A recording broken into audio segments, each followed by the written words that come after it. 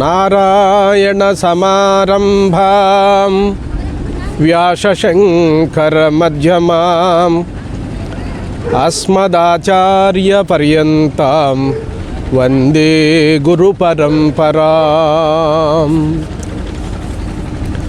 దివ్యాత్మస్వరూపులైన ప్రియ ఆత్మబంధువులారా, మనం కొంతకాలంగా ఈ ఆధ్యాత్మిక ప్రవచనములను జరుపుకుంటున్నాం. ఇందులో భాగంగా ఈరోజు మన ప్రస్తావన ఏమనగా, కాశీ క్షేత్రము యొక్క మహిమ ఎందరో గొప్పగా ప్రచారం చేస్తున్నారు.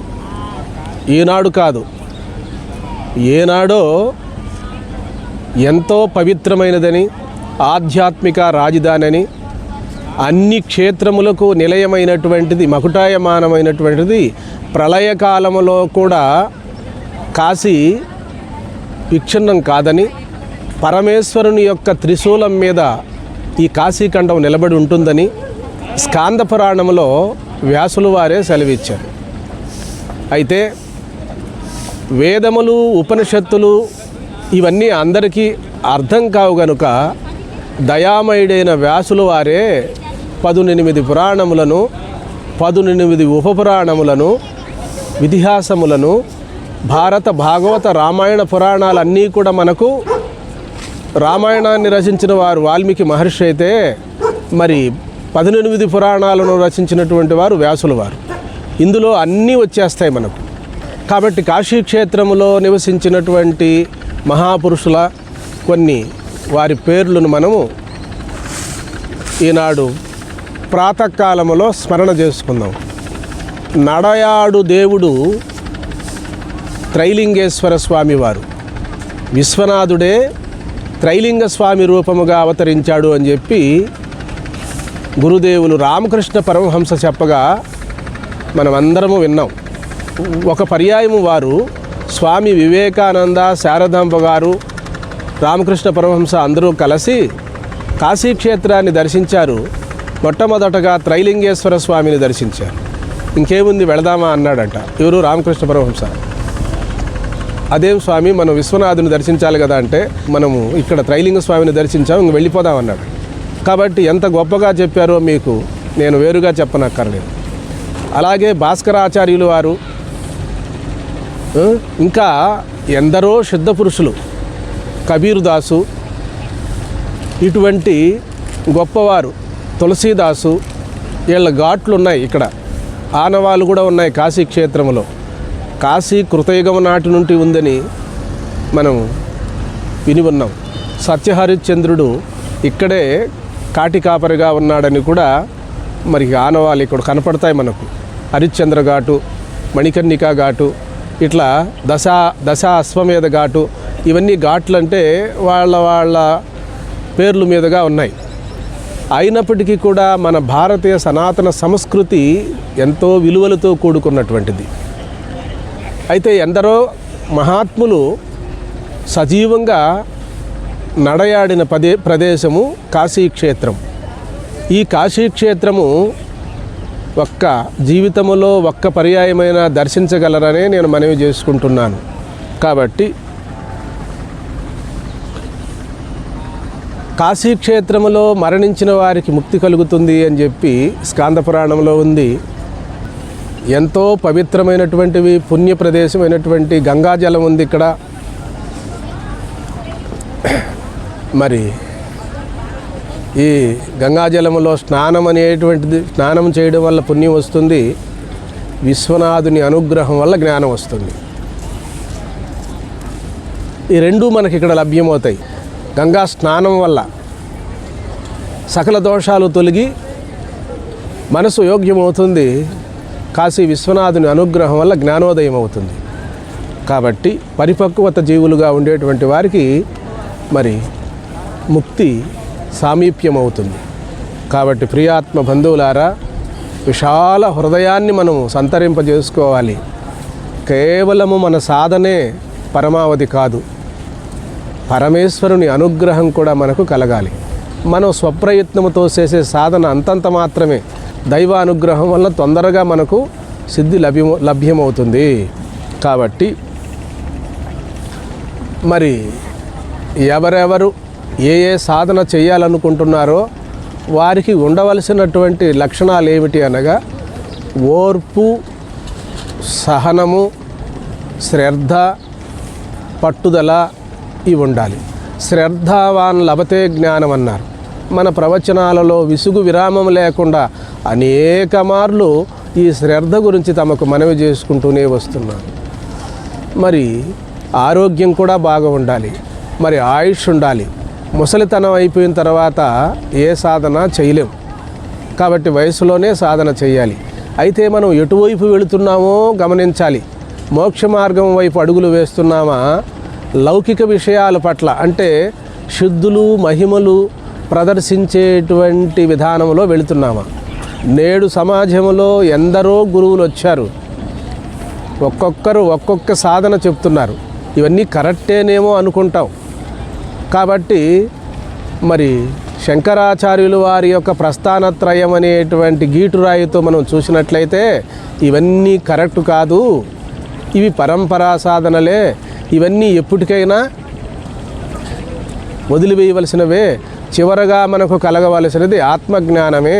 ఆ ఆత్మజ్ఞానము మహావాక్య విచారణ ద్వారానే, సద్గురువుల ద్వారా శ్రవణం చేసే సమకాలములో కానీ, మధ్యమాధికారులకు మననం ద్వారా కానీ, మరి సామాన్యులుగా ఉండేవారికి ధ్యానం ద్వారా కానీ కలుగుతుందని చెప్పారు. కాబట్టి శ్రవణ మనన నిధిధ్యాసనలు అనేటివి మూడు మార్గాలు వేరు కాదు, మూడు కలిపి ఒకే ఆత్మజ్ఞానాన్ని మనకు కలిగిస్తాయి. పరమేశ్వరుడే శంకరుల వారుగా అవతరించి 72 మతాలను, అవైదిక మతాలను ఖండించి సనాతన వైదిక సాంప్రదాయం అనేటువంటి అద్వైత సిద్ధాంతాన్ని బోధించాడు. సామాన్యులు బోధ చేసుంటే మనము నమ్మవలసిన అవసరం లేదు. సాక్షాత్తు ఆ పరమేశ్వరుడే శంకరాచార్యుల వారుగా అవతరించి 72 మతాలను ఖండించి అశాస్త్రీయమైనటువంటి సాధనలు పక్కకు తోసేసి మానవుడు జీవించి ఉండగానే ముక్తిని పొందగలడనేటువంటి అద్వైత సిద్ధాంతాన్ని మనకు అందజేశాడు. అందుకు ప్రమాణం కూడా చూపాడు. నేను బోధించినాననేటువంటి అభిప్రాయం కాకుండా మరి నారాయణం పద్మభవం వశిష్ఠం అని చెప్పి వరుసగా శ్లోకాలన్నీ మా గురు పరంపరగా కూడా చెప్పుకుంటూ వచ్చారు.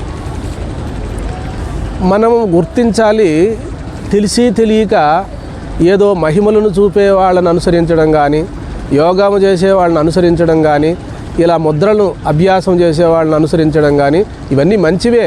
కానీ అసలైన శిశులైనటువంటి ఆత్మతత్వాన్ని మనం కోల్పోతాం. ఆత్మతత్వం అనేటువంటిది ఒక ప్రక్రియ ద్వారా పొందబడేటువంటిది కాదు. ఒక కాలంలో ప్రాప్తింపజేసుకున్నది మరో కాలంలో తొలగిపోతుంది. కానీ ఎప్పుడూ నా స్వరూపం నాకు ప్రాప్తించే ఉన్నదనేటువంటి ఎరుక మనకు కలగాలి. కొందరు ప్రాణ విద్య తప్ప ఇంకొకటి లేదంటున్నారు. కరెక్టే, కొంతమేరకే. మన కారు ఎయిర్పోర్ట్ వరకే వెళ్ళగలదు, అక్కడి నుండి ఫ్లైట్లో వెళ్ళాలి. కాబట్టి వీళ్ళు చెప్పేది కొంత సహాయంగా ఉంటుంది. ప్రాణ విద్య కానీ, మరి అంతర్ముఖ ప్రాణాయామం కానీ ఇవన్నీ కూడా కొంతమేరకే. వాస్తవంగా హఠయోగం కానీ ఇవన్నీ కొంతమేరకే. ఆ పిమ్మట ఆత్మజ్ఞానం కలగాలి, బ్రహ్మాత్మైక్యత్వ విజ్ఞానం కలగాలి. ఉపనిషత్తులు, మరి బ్రహ్మసూత్రాలు, భగవద్గీత ఏమి ప్రబోధించాయో ఆ అనుభవం మనకు రావాలి. బ్రతికుండగానే తాను జీవన్ముక్త స్వరూపుడనేటువంటి అనుభవాన్ని పొందాలి. చెప్పిన వారు సామాన్యులు కాదు. బాగా ఆలోచించండి. ఉపనిషత్తులను, బ్రహ్మసూత్రాలను,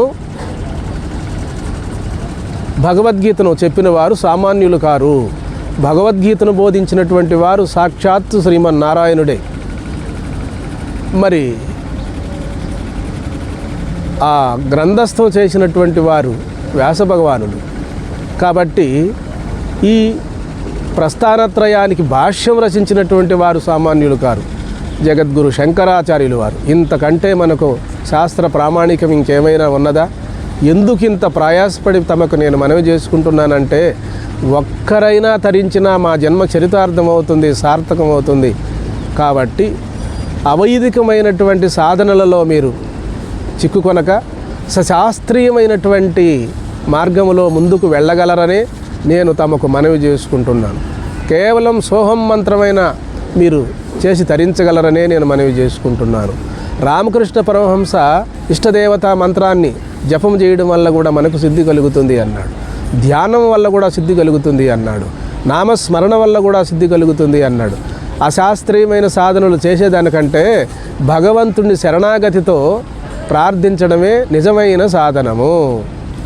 కాబట్టి ప్రియాత్మ బంధువులారా, నేడు మన సమాజంలో ఎన్ని సాధనలు ఉన్నప్పటికీ కూడా అవన్నీ కూడా వ్యక్తిగత అభిప్రాయం మీద ఆధారపడి ఉంటాయి. సర్వజనీనము సార్వత్రికము, శృతి యుక్తి సార్వత్రిక పూర్ణానుభవం. కాబట్టి ఉపనిషత్తులు బ్రహ్మసూత్రములు, భగవద్గీత ఉపనిషత్తులు శ్రవణమునకు, బ్రహ్మసూత్రములు మననమునకు, నిధిధ్యాసన అనే ధ్యానయోగానికి భగవద్గీత అనుష్ఠాన గ్రంథం. కాబట్టి మన ఋష్యాదులు ఎంతో కష్టపడి శ్రమ కోర్చి ఉపనిషత్తులను రచించారు.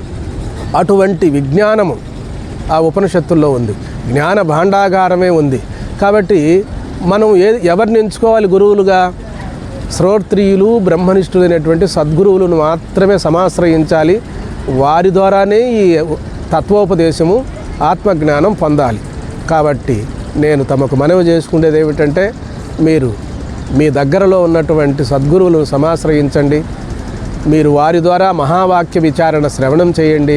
బ్రతికున్న కాలంలోనే మీరు పరబ్రహ్మస్వరూపులు అనేటువంటి అనుభవాన్ని గడించండి.